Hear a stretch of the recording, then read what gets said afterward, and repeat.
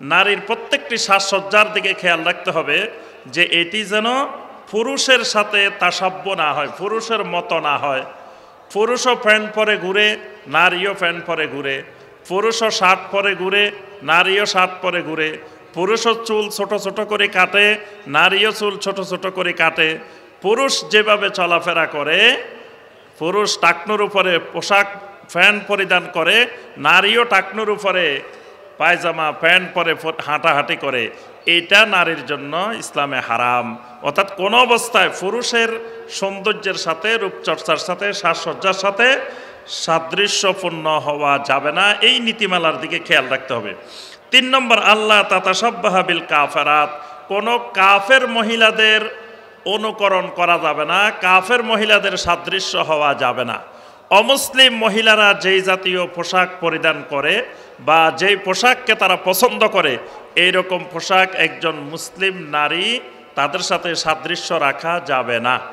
আজকে দেখা যায় আমাদের মা বোনেরা বিভিন্ন চ্যানেল দেখে, বিজাতীয় বিভিন্ন চ্যানেল দেখে দেখে ওই চ্যানেলের মধ্যে যেই জামাটা দেখে, সেখানে সেই গহনাগুলো দেখে, সেখানে যেই পোশাক আশাকগুলো দেখে, সেইগুলো দিয়ে নিজেকে সাজানোর চেষ্টা করে।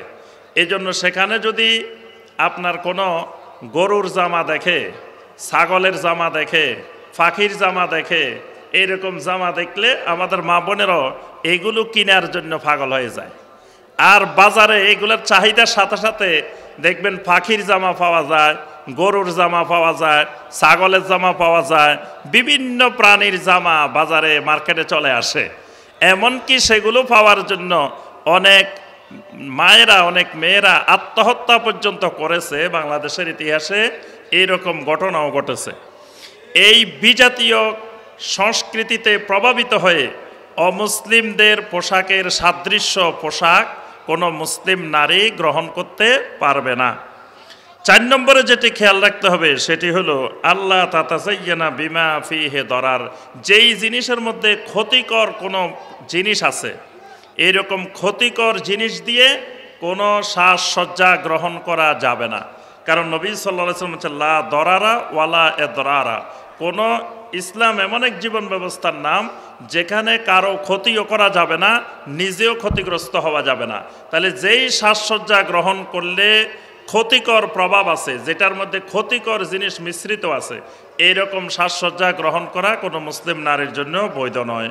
এই সাজসজ্জা নারী গ্রহণ করতে পারবে। এই জন্য আল্লাহ রাব্বুল আলামিন সূরা আল আরাফের 32 নম্বর আয়াতে কারিমে বলছেন, কুল মান হাররামা যিনাতাল্লাহিল্লাতী আখরাজা লিইবাদি, কে সে যে আল্লাহর দেওয়া সাজসজ্জাকে, যিনাতুল্লাহকে, যেটি আল্লাহ বান্দার জন্য বের করে দিয়েছেন, এটিকে হারাম করে। অর্থাৎ যতক্ষণ হারামের কোনো দলিল পাওয়া যাবে না ততক্ষণ কোনো সাজসজ্জাকে নিষেধ করা যাবে না। দ্বিতীয় মূলনীতি যেটি মনে রাখতে হবে, নারীর সাজসজ্জার বিষয়গুলো কোনো অবস্থায় কোনো পুরুষের অনুকরণ বা পুরুষের সাথে সাদৃশ্য হওয়া যাবে না।